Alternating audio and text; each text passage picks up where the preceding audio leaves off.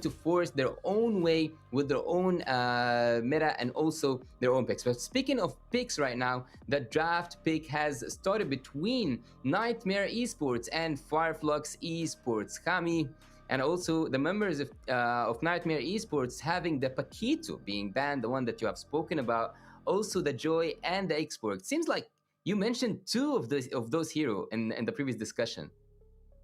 Yeah, and right now, we take out the Ruby, which does mean that we're gonna have Arlott and we're gonna have the Assassin Nolan open right now. I want to say it really depends on how well some of these. I haven't really seen either of these guys pick up Nolan yet, and I have seen some spots yesterday where both teams leave him open and don't pick him. It just depends on the team here. Oh, it does look like we're gonna go ahead. Jack gonna go ahead and pick up the CC.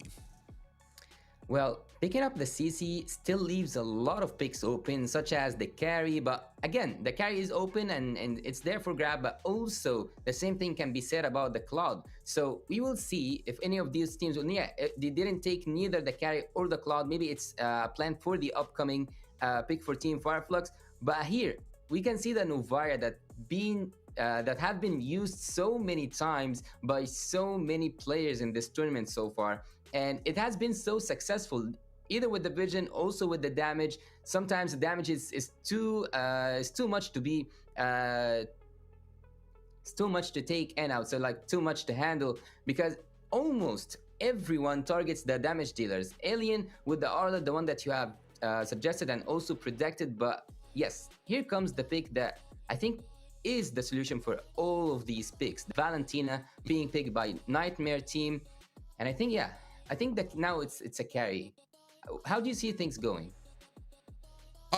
Very interesting here. I mean, we saw Navaria actually sporting a 66% win rate on her, not picked as often as Arlott, who actually has a huge pick rate right now, but still sitting at about 44%. It just depends on how well he's used and how well you can get those final slashes, and your team. Sure. That's the biggest thing, is your team needs to be able to capitalize on it, because if you're getting these final slashes and the team isn't able to kind of come there and help out with the damage, then you're kind of a sitting duck, which what we've been seeing from some of the Arlotts out here. On the other side, Valentina, I mean, probably one of the most, I want to say, dynamic picks when it comes to a team, because of the mobility, because of the amount that she adds when she can take an ultimate from the enemy. So now they have to adjust what they want to actually give you.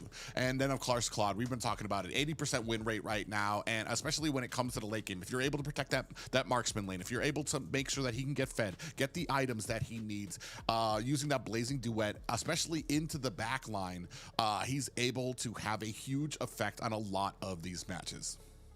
Well, FLUX Esports, if they got a pick-off hero such as the Kaja, maybe the Franco, but I would also recommend Minotaur, not as a pick-off hero, but as a hero that can rhyme in with all the picks that you have chosen so far, if they will take someone to melt down Nightmare Esports. So right now we have entered the second phase of banning, and having the Akai means that yes, Team Nightmare Esports don't have and didn't use the jungler pick yet. But for FLUX Esports, they kind of can flex a lot of those picks. The Brats can be used in the XP, in the jungle, sometimes even in the mid, but not in this case, not like based on my calculations, and Arlott on the XP or even on the room. So FLUX, if they got the carry right now, I think it's gonna be so helpful, especially because it can play decent 1v1 man-to-man in the gold lane against the Cloud. But it seems like they want them to take the carry. They banned the Brody now. Yeah, interesting thing here too is they have the Barats. FLUX has the Barats and bans out the Akai, and that actually kind of covers the only two jungles that we've seen Nightmare go. So maybe right now FLUX read that and are trying to force Nightmare to kind of push past what they've shown us already. Maybe just because this is what they've seen already, this is what they've been able to scout, and they're going to try to move forward from there. You do see that Nightmare Esports going to go ahead and focus down on that marksman lane now that they've already picked up Claude. It does look like they are trying to force out the carry, maybe trying to like as we've been saying, carry big pick rate, but just has not been able to capture that win rate, sitting at about like 20% right now. But they're going to go ahead and pick it up. FLUX very confident in their ability for it. The only problem sometimes I see with a carry is that she really shines. She's built specifically for those tanks, for those heavier hitters, those ones that are a little slower, because her range is not exactly the largest and the longest. So when you have other abilities or people or characters on the enemy team like Claude, like Valentina, like Cece, who can kite you away or who can close the distance on you very quickly, it might prove a little bit of a problem, especially if you don't have a front line, which is what I'm going to probably be looking for NIIGHTMARE Esports. And yeah, we have one right there with a Grok, who actually, I want to say this is probably the third time that we have seen him here in the games of the future. Well, the Grok is a really decent pick, but the Dairoth here as a jungler is pretty much fitting in this trap somehow, because playing on the physical defenses of your enemy and also seeing that they have a really decent amount of HP that he can easily melt down like the Brats, and also on the other hand, now they didn't use a tank that can apply crowd control. They have summoned the one and only Estes.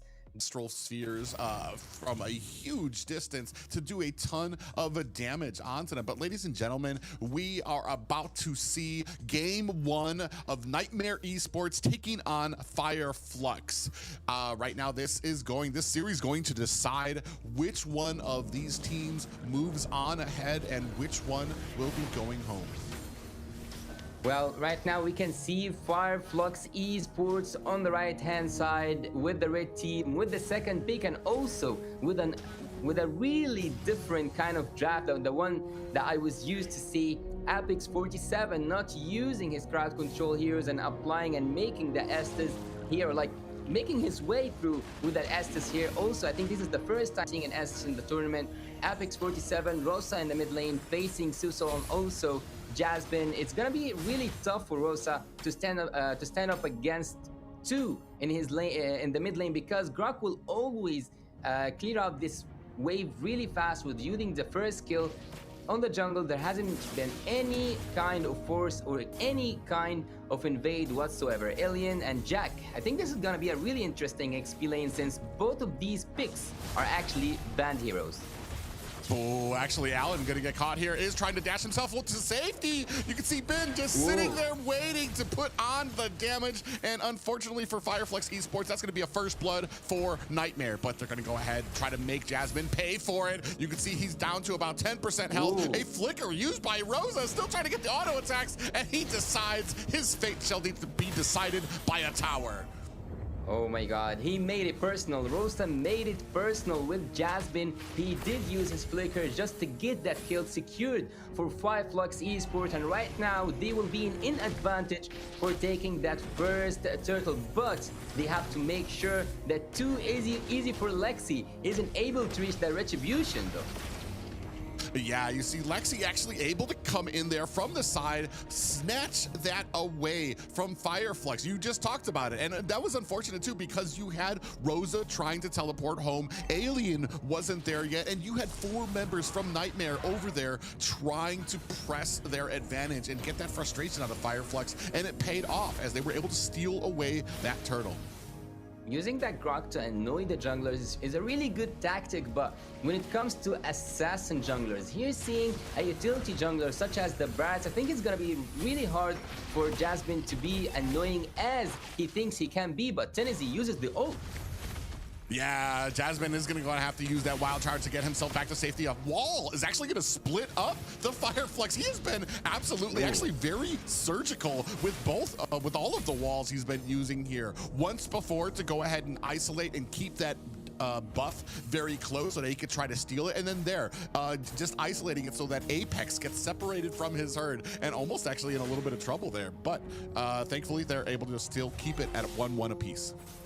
Well, I think I would take a little bit back of what I said, saying that the Grok wasn't as successful as it needs to be after seeing the gap between both junglers. But here, he's trying to farm both lanes with the Claude, and going back to my point, I was saying that look at the XP gap when it comes to Tennessee, and also on the other hand, for Too Easy to Lexi, he was level 7 while Tennessee was level 5, moving around the map with the two-man combo. Tennessee and also Apex 47 are making sure that their team are getting the help they need in any lane they are asking for. Well, there is something that's really quite interesting that I've mentioned yesterday, and it goes like this. If you made a mistake with an assassin hero as a jungler, it's so hard to recover, but if you made a mistake while using a utility hero as a jungler, it's not that hard to recover. Yeah, and that's true, especially when it comes to like assassins and stuff. Well, we do have a match coming, or a little bit of a fight coming here. Jasmine does get popped up. Detna's welcome. It's going to spit him back out. Lexi able to find another secure onto the turtle. And I just want to say the rotations right now from Nightmare have been so good, especially because Jasmine has been doing such a great job on this bin, making sure that he can refuse farm to the marksman up at the top, and both marksmen have now switched down to the bottom. And I think we're going to start seeing it in the gold discrepancy between Sunshine and Kami. Yeah, I totally agree with you. And looking at Too Easy for Lexi 2 times in a row, using his ultimate, the one that got a little bit of adjustment in the latest patch, not being able to be cancelled. But looking here, they want to get the kill on the CC. Yeah, Jack in a little bit of trouble here, putting on the damage, is going to go ahead and try to create that distance. Ooh. Getting a lot, activates the Vengeance, but it's not enough to save him from 3 members of FLUX, and this is going to be the first tower of the game. On the other side though, NIIGHTMARE Esports are trying, and they did make that trade possible. Yes, they lost one of their members, but they took the bot lane. Too Easy for Lexi, applying some damage. Yeah, and you can see here Jasmine in a little bit of trouble, gets popped up, and he is not long for this world as Rosa finds a kill there. The blessing of the Moon Goddess from Apex, able to keep the entire team healed and topped up through that fight. 1-3 in favor of FLUX from Turkey. After switching between both laners on the XP and the gold lane, I didn't see that much of a use for carry, especially because they gave all the resources, FLUX Esports, towards the top lane and taking CC down and taking her turret down. But on the other hand, they have lost the only turret that actually can save carry from any invade. So maybe, just maybe, we might see another switch between those two. But speaking of which, and now looking at the timer, we have 6 minutes and 30 seconds almost into the game, and the second turtle has respawned. Yeah, and we can already see, I was talking about the gold discrepancy that we were going to be seeing. Carry sitting 1K behind the Claude. Cammy doing such a good job. Now we have the turtle fight here. Half health. FLUX trying to zone up. A Nightmare coming in. Big final slash lands, and Lexi able to get another turtle. A final slash is out with the blessing of the Moon Goddess to keep the team healed up, and they are trying to give chase, but the mobility of Nightmare is too much. 5 men pushing in the mid lane against just 2 from Team NIIGHTMARE Esports. And looking here, Alien might just take it. They do withdraw and they do go to their own laning duties. It seems like it's really too easy for Lexi to take all of these turtles. Oh man, you can see that damage coming out from Sasul, and I do believe I saw an Abyssal Strike come out there from Lexi, which was able to take Tenzi down. I mean, even it doesn't matter how tanky you are, especially with how that Lexi is going to be able to burst through a lot of the armor with that Dyroth. So far, we haven't seen a Flicker Final Slash, one of the classics that Arlott can provide to us. And 60 seconds into, and the Lord will respawn, the first Lord of the game, but it seems like there will be a lot of pressure on the top lane. There might be a surprise coming from Jasmine. Nope, there's no surprise. They just made sure that FLUX Esports knows that they are claiming that turret, and that turret is what they have got. In the mid lane, they are still trying to apply some pressure. FLUX Esports are seeking solutions, even though the game, when it comes to numbers, almost seems even, but 3-2 with 3K behind when it comes to gold. Oh, Detna's welcome does land. Tenzi does spit him out. Lexi gets taken out very quickly. Now, the one thing for me is that this Ubi strat of healing up your team and like keeping them grouped up is working for FLUX. However, it doesn't matter if your team is not landing these retributions. If you're starting to get out gold, like right now, most of the objectives have been going over to NIGHTMARE Esports. Lexi just doing such a great job of getting in there and being able to snatch those objectives away from FLUX Esports to the point where they're actually behind, despite how well they're doing in some of the team fights.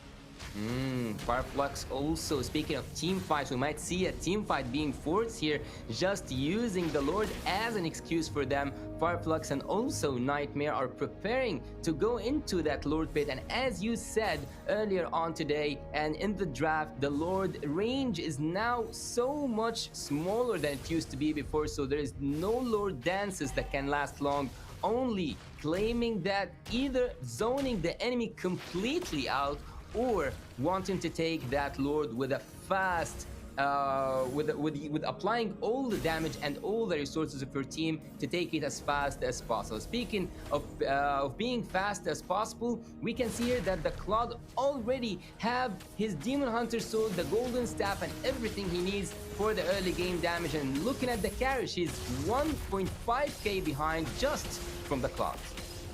Yeah, this Lord actually might go over. They're going to try a big pop-up. Lexi gets the Lord another objective for NIGHTMARE Esports. The pride of Lausch giving it to FLUX right now. You can see that blazing duet going into the back lines. Kami finds a kill onto Alien. Tenzi gets taken down by Jacket. Kami still is not done. He is hungry for blood. Apex goes down. That is 4 members down for FLUX Esports as Night are taking it to the mid tower. Let's take a look at that replay. Look at the big pop-up that's going to happen, or actually this is after the Lord fight as they continue in there. That blazing duet shredding them from behind. Kami takes 1 kill, but he's not done. He focuses down Apex as he tries to get to the safety of the tower.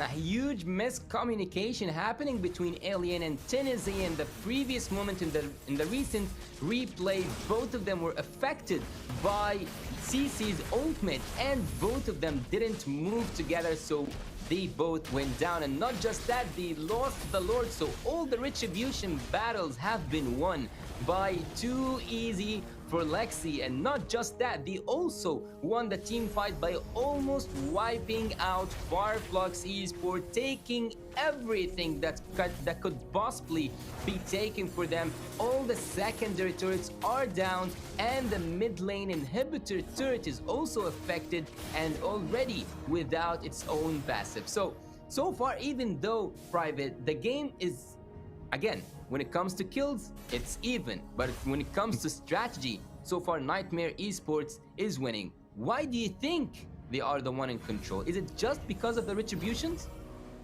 It's not just the retributions. It's the fact that FLUX Esports, when it comes to a lot of these fights, NIGHTMARE knows exactly what they need to do. They charge in at the right time. You have the Jasmine comes in with that charge as well to pop up right at the moment that you're supposed to be retrying, and then you have Lex coming in with the Abyssal Strike and the retribution to try to double his odds. You have the entire team working in fast with the jungler to make sure that once it gets to the point where you're supposed to be retrying, they're doing everything they can to push away, stun, pop up TNZ to give Lexi the best opportunity he has to be able to get those retributions. And looking at, ooh, they did? Yeah, Detna's welcome comes out here. Jasmine in a little bit of trouble, down to about 10%. He's gonna have to use that wild charge to get himself away, and gets away safety. Whoa, that was so close. I almost thought that he's out of the range of Tennessee, but looking at the itemization from the side of NIGHTMARE Esports, I've just saw that they already have the Sea Helper, also the Necklace of Durance and the Dominance Ice. They are completely taking down the healing effect from FLUX Esports, and right now seeing that second Lord spawning in the Land of Dawn, the first enhanced Lord in this game, and the one that can make a huge huge effect if it have been taken by Nightmare Esports if they did win this retribution battle. If even they lost the Lord but got the team fight, they might just end this game while they are hot. Well, and the thing is here too is on the side of a Nightmare Esports, you have Sisol who can come out with a final slash of their own because they can steal it. Jasmine has the wild charge that he can use too to kind of pop them up. And on the side, I feel like on the side of FLUX, when it comes to some of these Lord fights, that's one of the things that they didn't factor is being able to protect Tenzi or being able to offset Nightmare Esports when it comes to a lot of these fights. Because I want to say, you can still see Nightmare Esports, they're not really looking for a fight. They're coming in, they're grabbing some of these Lords, and they're grabbing some of these objectives, and then they're kind of backing off unless they have a real big advantage. You can see here now them starting to step up. The Lord at about 10% down. We've already started healing Apex right now, or Apex is already starting to heal. We do have Rosa giving vision, letting them know where the rest of them are on the map, and you're going to see as soon as this Lord starts to get low, the rest of the team's going to come in and try to give Lexi an opportunity. From the back, you can see Kami standing up front, and the Lord has already been reset. And now the rest of Nightmare Esports, you can see Kami goes down to the bottom trying to get his stacks, and the rest of the team starting to split up a bit. Taking some HP back, Kami, after losing a lot of his HP and giving and providing vision from Jasmine is just remarkable. Team FLUX Esports cannot go into that Lord fight. They are just not prepared, and what's really just like roaming around my head right now, Susol didn't steal any ultimate from FLUX Esports. So what are they actually planning on? Maybe they will go on the opposite side of the lane. Claude is the only person, or like the only marksman who's allowed to go and split bush, but here FLUX goes, and Jasmine giving a lot of vision. Yeah, Jasmine does land the wild charge there. Pops up too. Blessing of the Moon Goddess is out, healing up the rest of the team. Sunshine able to find a kill onto Sisol. This actually might be the advantage that FLUX needed before this Lord fight. Out comes the vision from Rosa. They're trying to hunt down Lexi. You can see the zigzags out there, and doing a great job of protecting him is Nightmare Esports. So they're able to get back, but this is a Lord fight that might be going to FLUX. Leaving the split bushing, or like the opposite laning clearance, causes Nightmare Esports the loss of the first inhibitor turrets due to minions. Minions clearance, ladies and gentlemen, was better from the side of FLUX Esports, taking that Lord, and for the first time, and also, and this is funny actually to say, Tennessee didn't even have the retribution this time. So I'm not gonna say Tennessee won a retribution battle, even retributed this Lord. He just took the Lord without any kind of contesting from the side of Nightmare Esports. The Lord is marching from the top lane, and I think that it is so dangerous to defend this Lord, especially with having the Estes on the opposite side of the map. Susol must do something. Maybe that thing is to steal the Estes ultimate. Oh, we can see right here, they're starting to put the pressure onto Nightmare Esports. Tenzi up front, taking all the damage. Not too far off behind him is Apex, trying to give off a lot of that healing. Luminous Lord up at the top. You can see the rest of Nightmare Esports trying to contend with it to burst it down. Now, that last fight, they did something different. FLUX realized what they don't want is a 50-50 shot here, because they cannot compete. We do have a flicker with the final slash. In comes the blazing duet. Kami gonna put the finishing touches. Jasmine goes down. Alien is down. It is a 1-for-1 right now as they are continuing. Sunshine finds a kill onto Lexi. Tenzi up in the front, still trying to take the damage. You can see Apex comfortably behind him with those heals, and this might be the end for Nightmare Esports if they can continue on this pressure. More minions charging up at mid. Sunshine comes in looking for some damage. We're starting to get onto the core. Half health down to about a third. 10%. This might be it. Nightmare Esports trying to push back. Rosa finds a kill onto the marksman, and this is game. FLUX Esports come back with a game. This is going to be game 1 for them. This is a really interesting game of going back and forth between giant teams, and in this final touch, it just needs as an effect that most people would like when it comes to some of these teams, but useful nonetheless. You can see here in the early game a very dominant performance by FLUX when it came to the kills. They were actually able to mount up a lot, especially when it came from the healing there.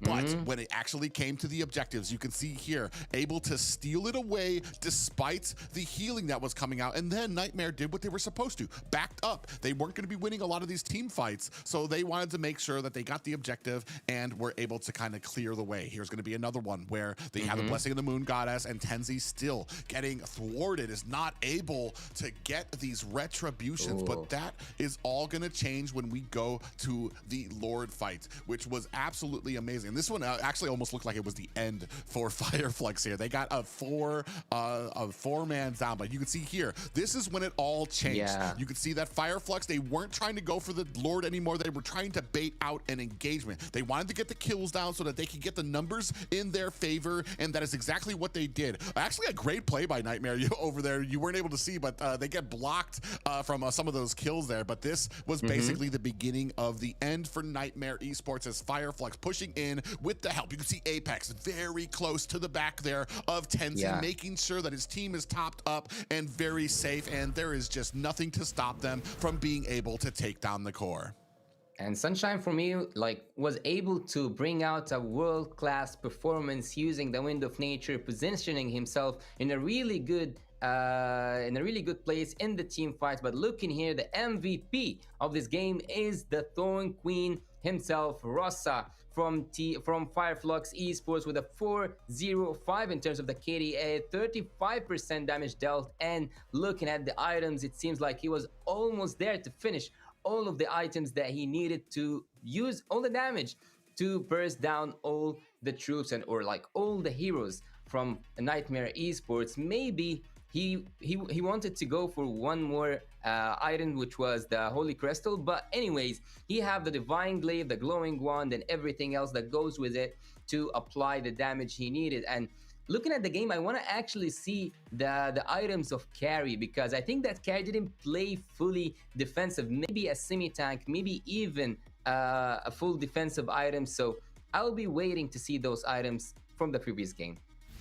Yeah, Rosa did an absolutely great job, especially with that elongated last fight. Here we have the items, and you can see Carry there. I mean, a typical Carry build here, full damage for it. You do have the Golden Staff, Demon Hunter Sword, Wind of Nature, and the Malefic Roar. But the amazing thing here is that how well Kami was doing against Sunshine here, despite now, and then FLUX still able to kind of come back. And that's kind of something that NIIGHTMARE might need to work on. They had the advantage, and unfortunately for them, not able to capitalize on it fully there. You can see 35% damage there by Rosa, 27 by Sunshine. So by the end, by that Lord fight, Sunshine, with all of the items, was able to start shining through despite